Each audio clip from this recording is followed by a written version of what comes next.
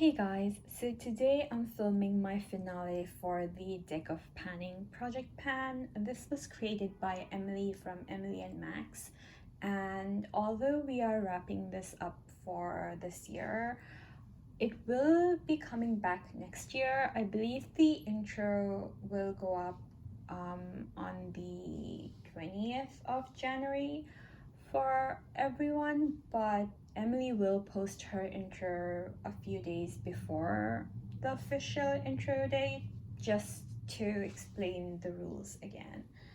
But yeah, I'm excited to do this project again next year, and let me get into the products I had in this project last update. The first one was this custom foundation. This was in For the Prompt, a controversial brand, because the base of this foundation is the Born This Way foundation from Too Faced, the original one, not the matte one. And I have only used it like twice, I think, since the last update. I just haven't been wearing foundations very often. I've just been wearing a concealer under my eyes, and this foundation is right now a couple of shades too dark for me, so it just doesn't, like, I cannot just use it as a concealer either. The texture is fine, the coverage is fine. I could technically have used it as a concealer if it was just a couple of shades lighter, but that's okay. Another product I have only used twice is this Stila glitter in Kitten Karma, I believe. Yeah, Kitten Karma. Yeah, I've only used it twice since the last update, and like today is one of those uses, but I actually really like the look I am wearing today. I have this quite heavily in my inner corners, but I have it paired with a really intense, colorful eye look, so I really like the effect of it that way. I've just not been into neutral, glittery glam eye looks recently, so I haven't gotten much use on it, but hopefully I can use it some more next year. Like, maybe I'll roll it into a different project, or maybe I'll just use it on my own, but I do hope to get more use on it. And that was from the Prompt glitter. Then I have another eyeshadow. This was for the Prompt eyeshadow, I believe, and this is the shade Aurora from the Natasha Denona Gold palette. My goal was to hit pan on it, and I already knew when I put this in that I wouldn't be able to meet that goal because these pans are quite deep and the cream to powder formulas are very hard to hit pan on unless you're using it as a liner or something, which I have done it a few times. I think you can see that line in the middle, but I mostly used it all over the lids. So I have used it quite a few times. It's just I'm not nowhere near close to pan. This is another product I hope to roll into a different project next year because I have really been enjoying using it. I think I have used it a total of 22 or 24 times during the course of this project. I haven't been tracking the uses on it as well because my goal was just to hit pan on it, but I believe I have used it at least 22 times, and that is a lot considering, you know, how many eyeshadows I'm working on and how easily I usually get bored. But that shade is just really wonderful, and I like the fact that I can use it either as a base and apply other blue or green eyeshadows on top, or I can use it as a topper on top of other eyeshadows. I just really like that shade. And then another product I had, this one I had in front since the first update or the intro, I believe, and this was for the Prompt Joker. This is the ColourPop Lippy Sticks double-ended to-go thing. I don't know what it's called, but my goal was to use it up, and I have used up the lippy sticks part. I don't know if you can tell, but it's rolled all the way up, and yeah, I have used it all up, but I still have some product left on the lip liner side. So it's not a lot of product, but I haven't used it up.